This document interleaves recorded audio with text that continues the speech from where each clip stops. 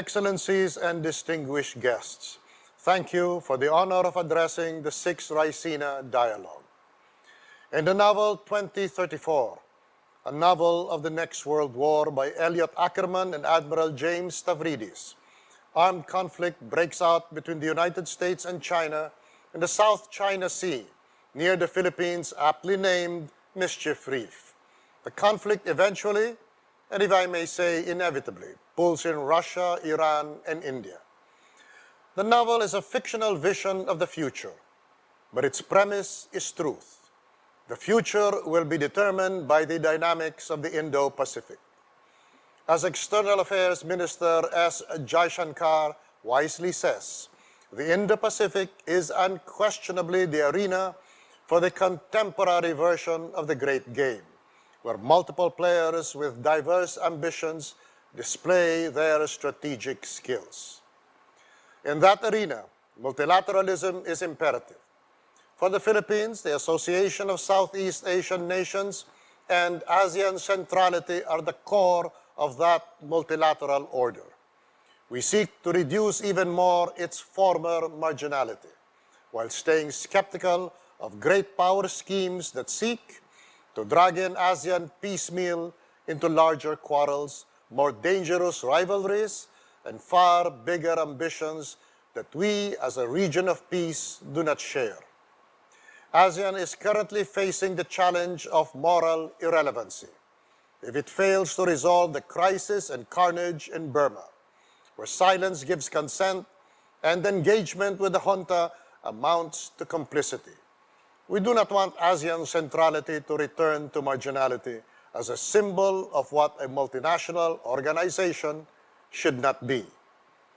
The ASEAN outlook on the Indo-Pacific advances ASEAN-led mechanisms such as the East Asia Summit as platforms for dialogue and implementation.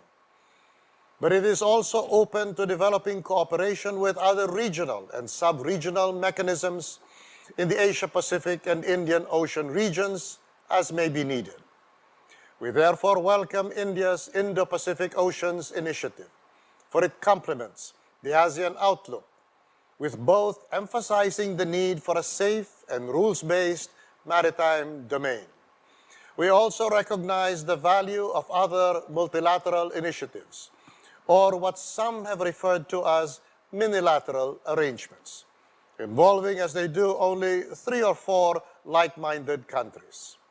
Notable among this is the Quadrilateral Security Dialogue, which is moving towards a more institutionalized arrangement and has expanded areas of cooperation. What is critical for us is the Quad's reaffirmation of their support for ASEAN centrality and the clear understanding that neither ASEAN as a whole nor any ASEAN member state may be deemed included in Quad initiatives unless they have participated as a whole or individually and concurred in its decisions, or it is expanded to a pentagon or a hexagon until it is shy of completing the circle of international felicity. But then there is already the United Nations, if only they were so. The dynamics and wide geographic reach of the Indo-Pacific require multilateral groupings that are flexible and adaptable, both in membership and strategic aims. The Philippines will continue to emphasize the principles of inclusiveness, openness, cooperation, and consensus building, and respect for international law in our approach to regional cooperation and to external relations through the ASEAN outlook on the Indo-Pacific.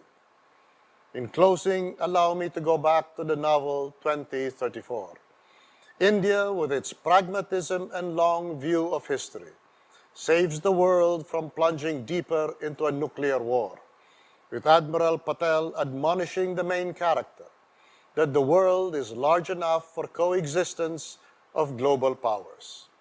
With enlightened multilateralism and recognition of a commonality of interests, and with a long view in mind, the Philippines is hopeful that the future of 2034 stays fiction. Though multilateralism is eventually dependent on the extent of consensus among major powers. It cannot flourish without the contributions of all powers, big and small. Thank you.